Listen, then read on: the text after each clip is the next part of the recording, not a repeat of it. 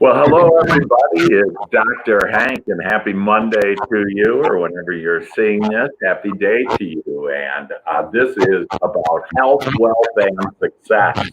And, what we do here is we help people to be healthier, wealthier, and more successful.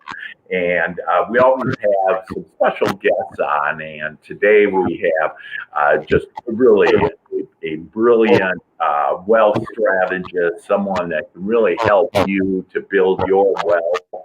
And that's part of, we look at money as equaling freedom. And so I welcome Rebecca Walser. Rebecca, welcome to the show. Thank you, Dr. Hank. So glad to be here. Yeah, you did something out there. A wealth strategist, a tax attorney, best-selling author. You're summa cum laude in finance and law degree. Worked with PricewaterhouseCoopers, IBM, AT&T. Man, you are something else, and I know that you've helped many people to be able to. Help them increase their wealth, and that's what we're all about here on the show. So, can you share with us what is? Can you share some of your financial wisdom with us, and how to really look at the financial world or our own financial well-being, and how that plays out? Yeah, Dr. Hank. So, my background is I've been in finance like my entire life. I learned about money at 4 years old. I write about it in my book, how my life was sort of shaped and formed by finances and knowledge of bills and money at a very, very young age. And that basically, I knew going into college exactly what I was going to graduate in, business, specifically finance. And I graduated with, I have 3 different degrees, and I graduated with each degree with the exact credit hours. I think I might have had 1 degree that I had 3 extra credit hours, but that was only because I took a 4 credit class. I needed 1. But otherwise, the other 2 degrees, I graduated with the exact amount of credit hours that I needed. I didn't waste 1 class. I knew exactly what I was doing. That was my laser focus because of my childhood. And I think that when you have a childhood like that, I'm actually blessed by it. And I think that it really impacts you.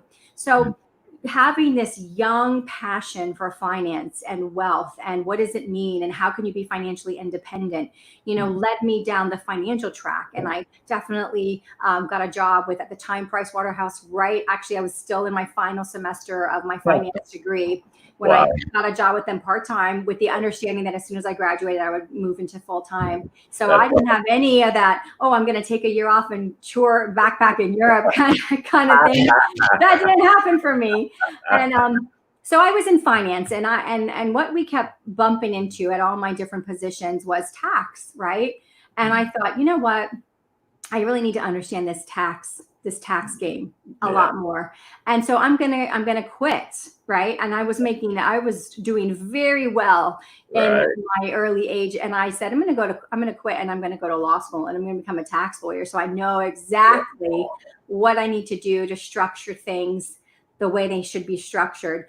Good. And so that's really been, I got out of, I went to Florida for my law degree, and then I went to NYU for my advanced tax law degree. And that's the best, that's the #1 rated program in the country, the NYU program in New York. And I got out, and I was practicing tax law in Florida exclusively. And I went in to a boardroom with a client who had his financial advisor on one side, and I was on the other side, and he's at the head of the boardroom because it's his office, and we're both there, and the advisor starts talking first. Now, the client and the advisor have no idea that I have been in finance for over 15 years, and I'm just I'm now practicing tax lawyer, but finance is my whole background.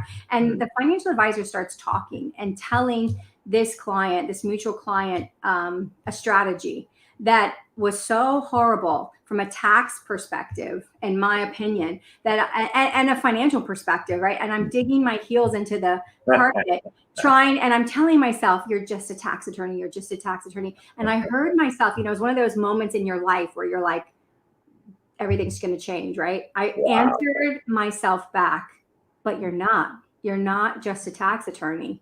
And in that moment, I knew instantly I was going to have my own practice. So that was 6 years ago, and I've had my own practice for 6 years. And it's doing really well. The reason we're different with maybe what a lot of your clients, real estate people, are really interested in is we look at investment from a tax perspective. So not only does it have to meet the income and the rates of return and the cash flow, but it also has to meet the tax rules and the tax game that is played. And you know what?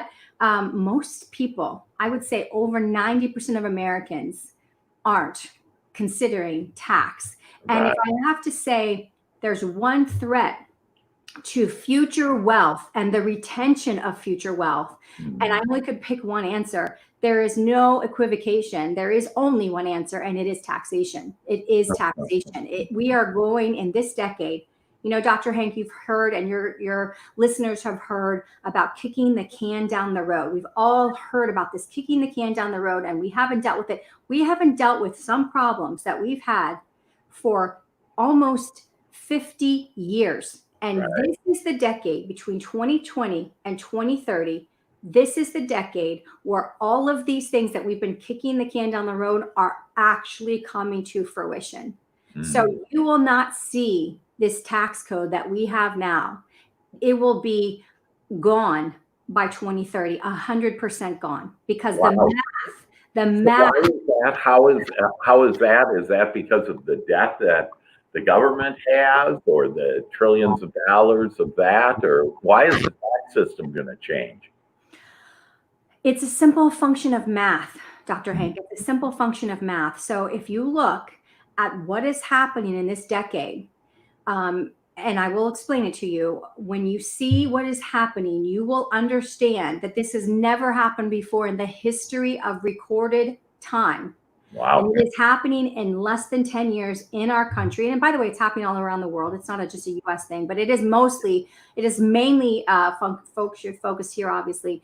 And when you realize that it's happening, you'll understand the math. So just to digress for 1 minute and just Sure. explain to people so they understand the frame of reference. When Yeah. Social Security came out in 1935, when FDR signed it in 1935, men and women did not live automatically past adolescence. So that was one thing. But if they did live past adolescence, men lived on average to 62 years of age, and women lived on average to 65 years of age in a few months. Yeah. So when they were designing Social Security for the first time, they literally designed it to be paid at 65, thinking that just a few, women would get it for a few months and then they would pass as well. And it would be a very cash flush system. So if you look back at the actuarial math that was done in the 30s, it was actually genius. They really were designing a system to, I hate to say this, but screw over Americans, Sure. collect all this money and then just pay it for a few months and then that person would pass away. So that's the design. It was designed to be cash flush. Now we think it's bankrupt, and it is. So that's the problem. But what happened naturally is over the decades, right, we started living 20 years longer. So now we live on average to our mid 80s, and women are really pushing 90s now. Right. And we live about 5 to 7 years longer than our male counterparts on average. So you start to see that you have a problem because it was never designed to pay people for 20 years. And I'm getting to why this is all a big problem. So that's the baseline. Now what you have on top of that, they didn't expect people to live for 2 extra decades. The second thing they didn't expect was they just did standard birth rates. They just did consistent birth rates. They didn't provide for any massive increases. Well, it started in 1935. They had no idea that from 1946 to 1964, we would have 75 million people born in a 19-year period. That had never happened before. They did no forecast or modeling on that. And you had 75 million people born. We call them the baby boomers. Right. So I want people to understand something. Since 1935 through 2020, we haven't really had to pay the bills that we've signed up for because we have had so many more people working since 1935 than people that have actually retired. We just have had so many more worker bees than retirees. And now that is flipping in this decade. So let me just give you the numbers. Right now, we have about 125 million, what we call FTEs, full-time equivalents, okay? And that is supporting right now about 62 million people that are on Social Security from a retirement income perspective. I'm not talking about disability, just there's 62 million people on income.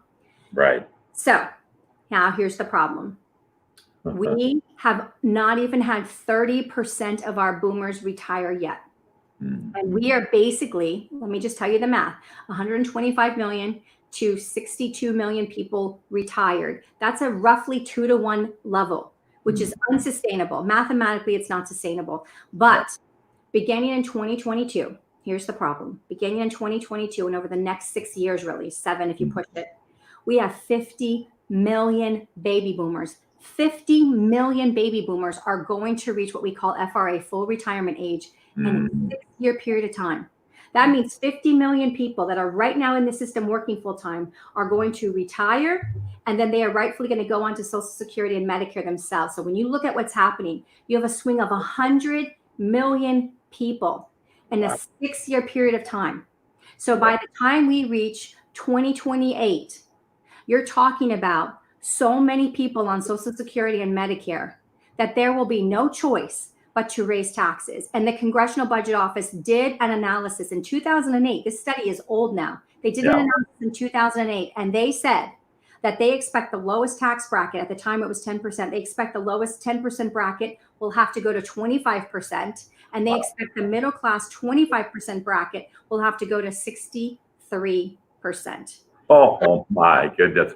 And also, isn't this coupled then with, we have this huge national debt, but then they just paid for all the businesses for the last 3 months or whatever to just take a break and everybody go on vacation. So, I mean, somebody's got to pay that bill. And so didn't it just get worse?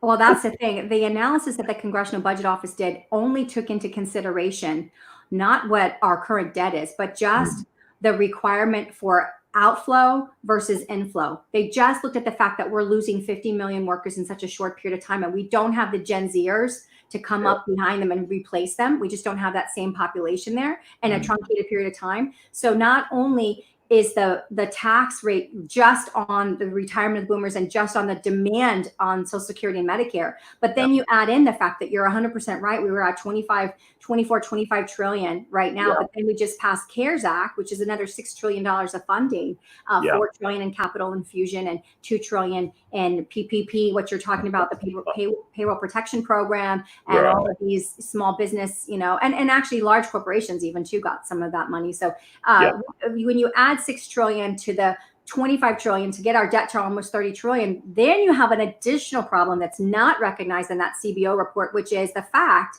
that the interest on the debt, even at the most extremely low rates, doctor, is basically going to surpass what we spend on our military, on Social Security and Medicare combined. Right. It's just so massive. And so, Dr. Hank, this is just a tax explosion that is happening this decade, and people are not prepared for it. They're building their wealth. Most Americans outside of real estate, even sometimes inside of real estate and self-directed IRAs, they're building their wealth pre-tax because they've been preached pre-tax by all conventional advisors across the United States without fail. Maximize your 401k, maximize your IRA, maximize. Don't pay the taxes now while you're working and you're making the highest income. Wait till you retire and your income's low and therefore your taxes will be lower. But that math equation requires that tax rates stay the same. And when tax rates go up, doesn't matter if you make less, you'll pay more. So we have people that have been setting aside millions of dollars. The country we've got billions and trillions of dollars in pre-tax wealth. And guess what the government's going to get to do? They're going to tax it at a much higher rate because people are not prepared for what is coming. Got it. So Rebecca, we got it. It's loud and clear. And, I kept on thinking, like, who do people think is going to pay for all this stuff? And I mean, a lot of people, most people, in fact, that have been furloughed are earning more money than they were when they were working. And so, it's just financially, somebody eventually you have to pay for that. So let's talk about solutions. What can you help us with to be able to we understand the tax rates can be a lot higher and everything's going to change as far as, this is the way to do. So what can we do now in order to offset those tax increases that are going to happen? There's definitely solutions. I want to mention one other thing, Dr. Hank, because I Sure. know what your listeners, who your demographic is, right? And they're real estate investors, right? We got a lot of real estate investors. And so I have a lot of real estate investors that come to me, and I know that I'm a tax lawyer. I know exactly the game and how it's played, right? Yeah. And so a real estate investor is going to hear that and they're going to think, well, I have my assets in real estate. I flip houses. I have rentals. I'm getting, all this. That's my stuff isn't pre-tax. And so Right. let me just talk directly to the real estate investors for a second, because Okay. the game that we play on the real estate side with tax, I'm there too, right? I know what that is. So Yeah. we basically depreciate that, right? We do Right. we offset cash flow through depreciation. And then Yeah. when we get to, we fully depreciate the asset. We 1031, we sell and 1031 exchange into a new project where we can then depreciate again. And we do this over and over and over until we die. And then at death, we expect what we call a 1015 step up at death, so that our family or whoever our heir is inherits our real estate empire at then stepped up fair market value, and we escape taxation altogether. Right. So I'm very familiar with what real estate investors think that is going to work for them for the rest of their life. And I will tell you that we got a wake-up call for real estate investments from a tax perspective this year. And let me specifically tell you what I'm talking about. Okay. So two things happened in this Democratic election cycle when they were kind of going through the candidates. So we already know Trump's tax policy and what that is. I want to focus on what the new people that would be coming in, what their tax policy is. Okay. And what you see is some kind of very alarming things when it comes to real estate. And I'm talking about alarming. So the first thing is, I was shocked to learn that Mike Bloomberg proposed the elimination of 1031s altogether. Talking about somebody who made money on real estate and they're coming up with the tax plan to get rid of the 1031. Oh. Shocking, right? So that's one proposal. Then you've got Pete Buttigieg, who basically proposed the elimination of all capital gains, completely eliminate capital gains, which was an extreme position, which everyone was like, what? Whoa, wait, what? Right? You eliminate capital gains, then you got a big problem. Second thing is, you'll see that all of the Democratic proposals all called for the elimination of capital gains. It just depended on where they called for it, whether it was somebody who was in the top 10%, top 5%, top 1%. All of them had a phase out of the capital gains tax at some point over to ordinary income taxation. So that's number one. Then what you see is, if you go back and you look at their proposed capital gains taxes, you see them proposing capital gains taxes in excess of 30 or 40%. So what's coming for the real estate investor eventually, when all of this stuff happens? And again, I'm telling you, it's not all going to be done to fruition until 2028, but it's going to start hurting a lot in 2022. So we're going to start seeing tax policy changes. And what I see is the potential elimination or a phase out of 1031 ability altogether. At some income levels. And then certainly we can look forward to, and I don't know how long, but I can tell you that we can look forward to the elimination at a certain level of income of capital gains. Or if we're not phased out of capital gains, then the capital gain tax rate will be raised so much that it will actually be right now worse than our top ordinary income tax rate, which is 37% under Trump's tax model. So and then you couple all that with income taxes are going to increase to, again, they could be over 50% for most people then. Is that correct? I'm telling you, this is what's coming, Dr. Hank. I mean, all these people that think that we can just spend money and grow money on trees, that there's no economic policy that ascribes to that philosophy. That is fantasy land. Somebody is paying the bill. The government is the creator of nothing. All they are is a transferer of wealth. They go to the people that have it, take from them, and give it to people that don't, or give it to causes that they think are worthwhile, like military. And I'm not saying that taxation is wrong. Right. I mean, I'm a libertarian, don't get me wrong, but I'm not saying taxation is wrong. I'm saying that crazy taxation is totally wrong. And obviously they need a lot of money. We're going to have the greatest income need for the federal government by a factor of 10 than we've ever had before in this decade. And what do they think is going to be the result? We have inflated our debt so much now that just printing money, unless you all want to lose the value of a dollar, that's not a solution. So taxation is going to be the solution, and they have to tax the people that have the wealth, which are your listeners and my clients. These are the people that have the wealth. And so that is what we have to just be prepared. I mean, I guess I get so sick, Dr. Hank, of all these conventional gurus that are on television, and I'm on television every week, Yeah. on national television every week, and I'm Yeah. trying to get this message out, but still all the conventional people are talking about maximize your pre-tax. And so, real estate investors, they do a lot of self-directed stuff. They do self-directed IRAs and buy real estate inside of a self-directed IRA.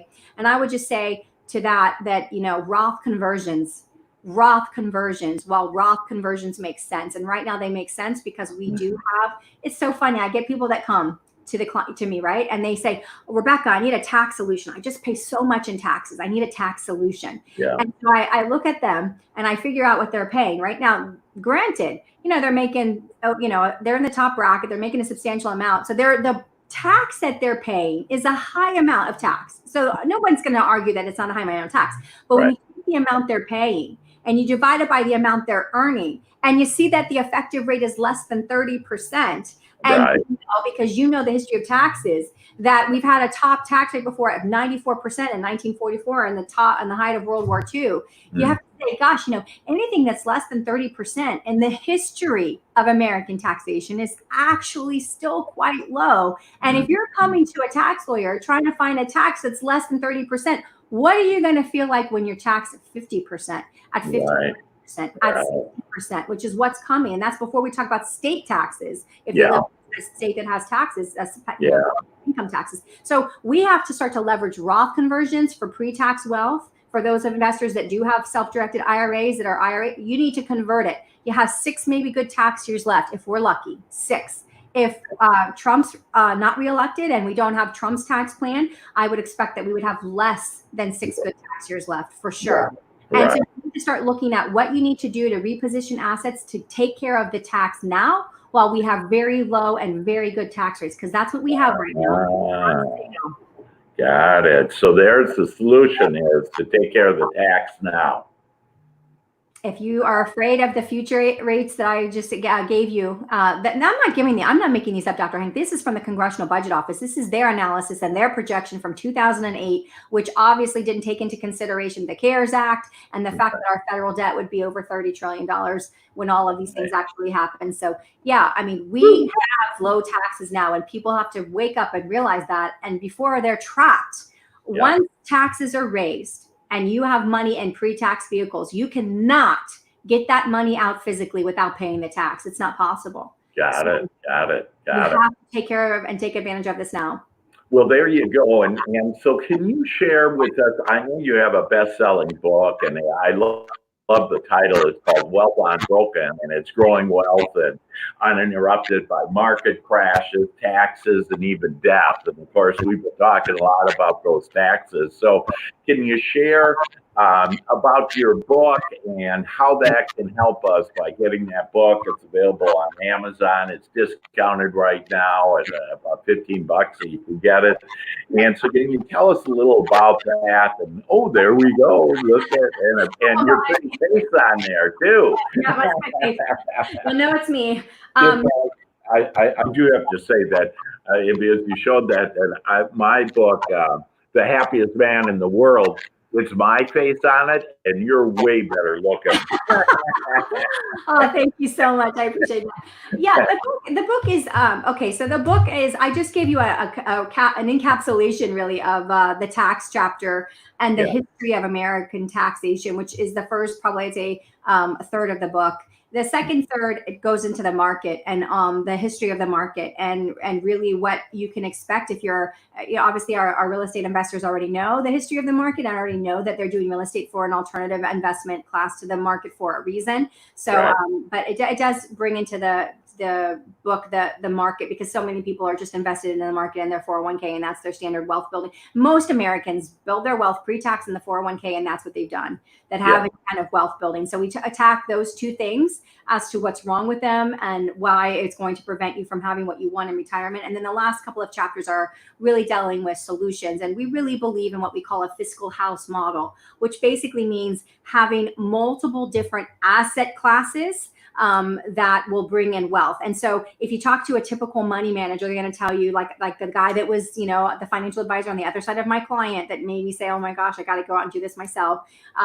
They are just talking, we call them triangle advisors in the book. You'll understand why when you read the book, but they exist in the three angles of the triangle. If it's not a stock, a bond, an ETF, a mutual fund, or a REIT, they don't know it as an asset class, and they don't use it as an asset class. We talk specifically about real estate and why real estate is a good long-term inflation hedge strategy, one of the best inflationary protected assets in the history of the United States of America. So we definitely are fans of real estate. I would say, based on the taxation that we think will come for real estate, that we wouldn't want you to build your entire portfolio in real estate. And Dr. Hank, you can speak to this, but one of the things that I've seen in the last two corrections, of course, the Great Recession in 2008 was really real estate centric because of the subprime lending and the asset-backed securitization of those. We know that.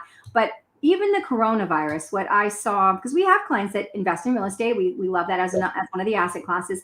Even with coronavirus, with everybody basically getting furloughed or laid off very quickly, and then all of the commercial leases. So whether you had commercial property or you had residential real estate property, a lot of our investors saw real estate just pause on cash flow. And so that's another thing that you need to be considerate of if you're building nothing but a real estate portfolio. You just want to stop and say, hey, if we have another global pandemic and everything shuts down, are people going to have the constant ability to pay me? Now, if they were listening to advice, they would have a 6-month fund, emergency fund, and they'd be able to get through it. But most people don't have that. Let's be clear. Most Americans have nothing, so they couldn't even write a $500 check.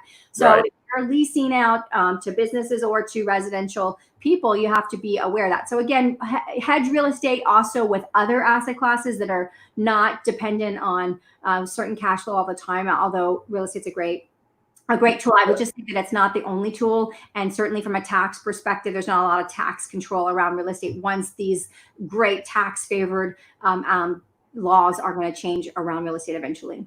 Got it. And so real estate, you're saying, hey, you can be in real estate, but you need to still diversify. And so what areas would you suggest? Because I have some agents and brokers that are making passive income of, 6 figures a month. And so where should they maybe, start looking at diversifying?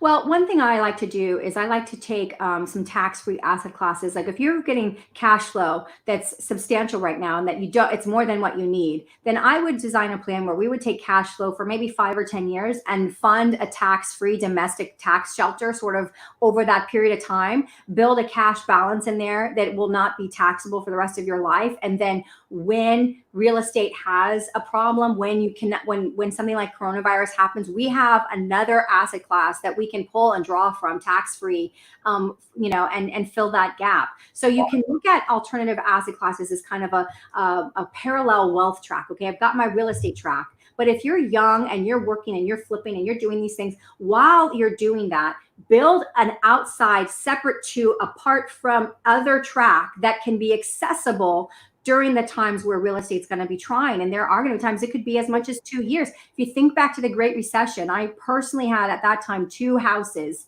that were rentals. And they both were not underwater when the Great Recession happened. They became underwater because the price and the values, everything got gutted. It took me 5 years to hold on to them to 2013 until they were recovered enough to sell. And I think even on one, we still had to bring like $20,000 to the table to close. But we were just so tired of it at that point. We're like, right?